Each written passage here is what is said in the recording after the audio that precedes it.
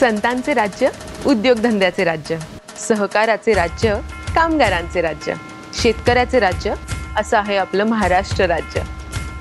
हे महाराष्ट्र राज्य आता सज्ज होतंय शिवरायांच्या स्वप्नातील स्वराज्य म्हणून आपली ओळख निर्माण करण्यासाठी। महाराष्ट्राला नेतृत्व लाभलंय दूरदृष्टीचे, अभ्यासक, महत्त्वाकांक्षी आणि उमद्या व्यक्तिमत्वाचे धनी माननीय मुख्यमंत्री देवेंद्र फडणवीस यांचे। माहिती तंत्रज्ञानाच्या युगात जलद व तत्पर सेवा देण्यासाठी प्रतिबद्ध महाराष्ट्र शासन सादर करीत आहे महाराष्ट्राच्या नागरिकांसाठी त्यांचं स्वतःचं व हक्काचं असं आपले सरकार पोर्टल। सर्वसामान्य नागरिक आणि शासन यांच्यातील दुवा असणारे आपले सरकार पोर्टल। ग्रामीण शहरी, शिक्षित अशिक्षित, पुरुष स्त्री, तरुण वृद्ध असे सर्व भेद मिटवणारे आणि समानता प्रस्थापित करणारे असे हे पोर्टल आहे।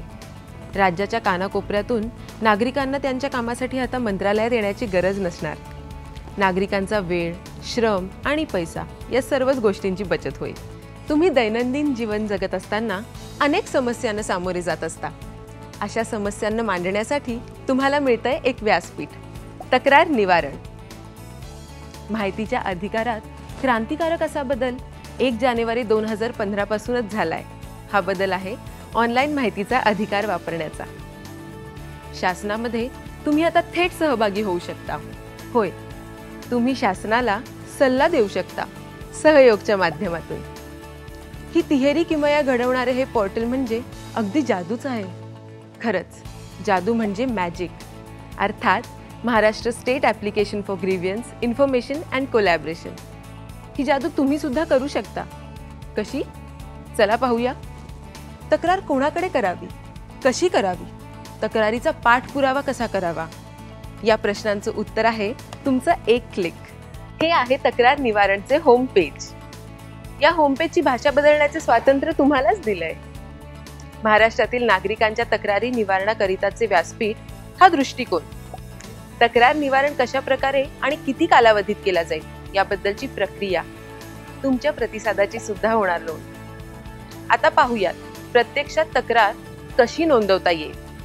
अगदी सहज आणि सुरक्षितरित्या तुम्हाला इथे लॉग इन करायचं आहे। मित्रांनो, या पेजवर तुम्हाला तुमचा मोबाईल क्रमांक आणि ईमेल आयडी नोंदवायचा आहे। हे नोंदवून व्हेरीफायवर क्लिक करताच वन टाइम पासवर्ड म्हणजेच OTPची विचारणा करणारे स्क्रीन तुमच्या समोर येईल।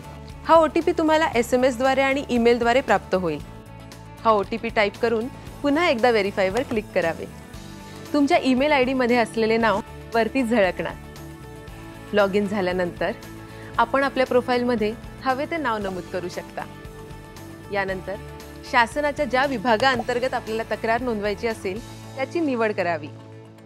या विभागात जर काही इतर उपविभाग असतील तर त्याचीही निवड करता येईल। आणि या चौकटीत आपल्याला आपली तक्रार जास्तीत जास्त 500 शब्दात नोंदवता येईल। इथे आपणास हा जो कोड दिसत आहे तो टाईप करून सेव्हवर क्लिक करावे। आपली तक्रार यशस्वीरित्या नोंदवण्यात आली आहे असा संदेश तुम्हाला इथे दिसेल। यानंतर स्क्रीनवर तुम्हाला तुमच्या तक्रारीचा एक टोकन आयडी देण्यात येईल।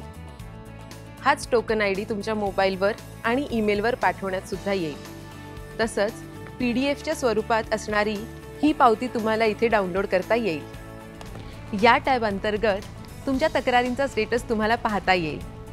जर तुम्ही एकापेक्षा जास्त तक्रारी नोंदवल्या असतील तर विशिष्ट टोकन आयडी वापरून तुम्ही एकेका तक्रारींचा स्टेटस पाहू शकता। ज्या तक्रारींअंतर्गत प्रक्रिया सुरू आहे त्याचे स्टेटस इन प्रोग्रेस असे येईल। नेमकी कोणती प्रक्रिया सुरू आहे किंवा तुमची तक्रार अन्य विभागाकडे जर पाठवण्यात आली आहे हेही तुम्हाला इथे कळणार हे विशेष। याखेरीज निवारण झालेल्या तक्रारींसाठी रिझॉल्व्ह असे स्टेटस येईल। ही चौकट खूप महत्त्वाची आहे मित्रांनो, कारण इथे संबंधित विभागाकडून तुमच्यासाठी संदेश दिलेला तर असणारच, पण त्याबरोबरच तुम्ही तक्रार निवारणाच्या प्रक्रियेनंतर संतुष्ट आहात की नाही हेही तुम्हाला नोंदवता येईल। हे आहे कॉन्टॅक्ट अस। या टॅब अंतर्गत तुम्हाला जर पोर्टलच्या हाताळणीबद्दल काहीही अडचण असेल तर संपर्कासाठी साधनं नमूद केलेली आढळतील। मित्रांनो, मतदानाच्या अधिकारानंतरचा सर्वात महत्त्वाचा आणि नावाजलेला अधिकार म्हणजे माहितीचा अधिकार. पाहूया तुम्ही त्याचा वापर कसा करू शकता ते. माहितीचा अधिकार ऑनलाईन उपलब्ध होणे हे सर्वसामान्यासाठी पर्वणीच होय. या अधिकाराचा वापर यामुळे आणखीनच वाढणार यात शंका नाही. आता तुम्ही माहितीच्या अधिकाराची फी सुद्धा ऑनलाईन भरू शकता. माहितीच्या अधिकाराचा अर्ज भरताना दिलेल्या सूचना मात्र काळजीपूर्वक वाचाव्या.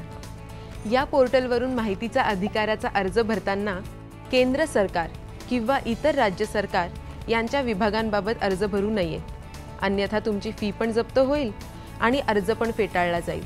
याची कृपया नोंद घ्यावी. हा आहे ऑनलाईन माहितीचा अधिकार अर्ज. कोणत्या सार्वजनिक प्राधिकरणाबद्दल माहिती हवी आहे हे सर्वात वरती नमूद केले जाईल. यानंतर अर्जदाराची विस्तृत वैयक्तिक माहिती भरणे अनिवार्य आहे. या चौकटीत आपल्याला हव्या असलेल्या माहितीबद्दल जास्तीत जास्त 150 शब्दात मजकूर लिहावा. आपणास काही कागदपत्रे जोडावयाची असल्यास ती आपण इथे जोडू शकता. या रकान्यावरती जो सिक्युरिटी कोड आहे तो या रकान्यात टाईप करावा आणि सबमिटवर क्लिक करावे. यानंतर तुम्हाला पेमेंट गेटवेकडे रिडायरेक्ट करण्यात येईल. येथे तुम्हाला पेमेंटसाठीचे पर्याय उदाहरणार्थ net banking, credit card, debit card उपलब्ध करून देण्यात येतील. येथे तुम्ही तपशीलवार माहितीची आणि प्रक्रियेची शहानिशा करू शकता. सर्व नोंद बरोबर असल्यास तुम्ही आपली स्वीकृती देऊ शकता. माहितीच्या अधिकाराचा फर्स्ट अपीलचा फॉर्म भरताना आधी नोंदणी क्रमांक भरावा. यानंतर अनुक्रमे ईमेल आयडी, सिक्युरिटी कोड भरून सबमिटवर क्लिक करावे. काही चूक झाल्यास तुम्ही रिसेटचा पर्याय सुद्धा निवडू शकता. आपला अर्ज सध्या कुठे आहे हा प्रश्न नेहमीच आपल्याला पडतो. व्ह्यू स्टेटसमध्ये जाऊन तुम्ही तुमच्या अर्जाची सद्यस्थिती तपासू शकता. FAQ मध्ये जाऊन तुम्ही वारंवार विचारण्यात येणाऱ्या प्रश्नांची उत्तरे सुद्धा मिळवू शकता. या संदर्भात अधिक माहिती हवी असल्यास कॉन्टॅक्ट अस या टॅब अंतर्गत संपर्क साधनांची माहिती मिळेल. ईमेल आणि फोन हे दोन्ही पर्याय तुमच्यासाठी स्क्रीनवर उपलब्ध आहेत. परस्पर सहयोगाने विकासाची नवीन क्षितिजे गाठता येतात. सहयोग या संकल्पनेचा समावेश करून शासनाने एक पाऊल पुढे टाकलेच आहे. आता तुम्हीही प्रत्यक्ष सहभागी होऊन सहयोग करा. दस्तूर खुद्द माननीय मुख्यमंत्री देवेंद्र फडणवीस या पेजवर आपल्या स्वागतासाठी आणि सहकार्यासाठी उत्सुक आहेत. थेट शासनाबरोबर संवाद साधून त्यांना सल्ला देऊन तुम्ही बदल घडवून आणू शकता. महाराष्ट्रातील पर्यटन, महाराष्ट्रातील सुरक्षितता, महाराष्ट्राचे डिजिटलायझेशन, स्वच्छ महाराष्ट्र आणि महाराष्ट्रातील मुलींचे शिक्षण व सबलीकरण या आणि अशा इतर विषयांवर जरूर तुमचा सल्ला नोंदवा. विशेष म्हणजे परिवर्तन घडवण्याची क्षमता असलेल्या सल्ल्यांची स्वतः मुख्यमंत्री दखल घेऊन संबंधितांबरोबर चर्चा करणार आहेत. या चौकटीत आपले मत नमूद करावे. तुमचा ईमेल आयडी, मोबाईल क्रमांक, शहर किंवा जिल्हा इथे नमूद करावा. उपरोक्त सिक्युरिटी कोड इथे भरावा. सरतेशेवटी बटन दाबावे. चला तर मग नवीन महाराष्ट्र घडवूयात. काळाबरोबर चालून, हातात हात घालून, नवीन तंत्र आत्मसात करून, प्रगतीचे उंच शिखर गाठून चला नवीन महाराष्ट्र घडवूयात. शिवरायांच्या स्वराज्यातला महाराष्ट्र, मुख्यमंत्र्यांच्या स्वप्नातला महाराष्ट्र, तुमच्या आजच्या हृदयातला महाराष्ट्र. चला नवीन महाराष्ट्र घडवूयात.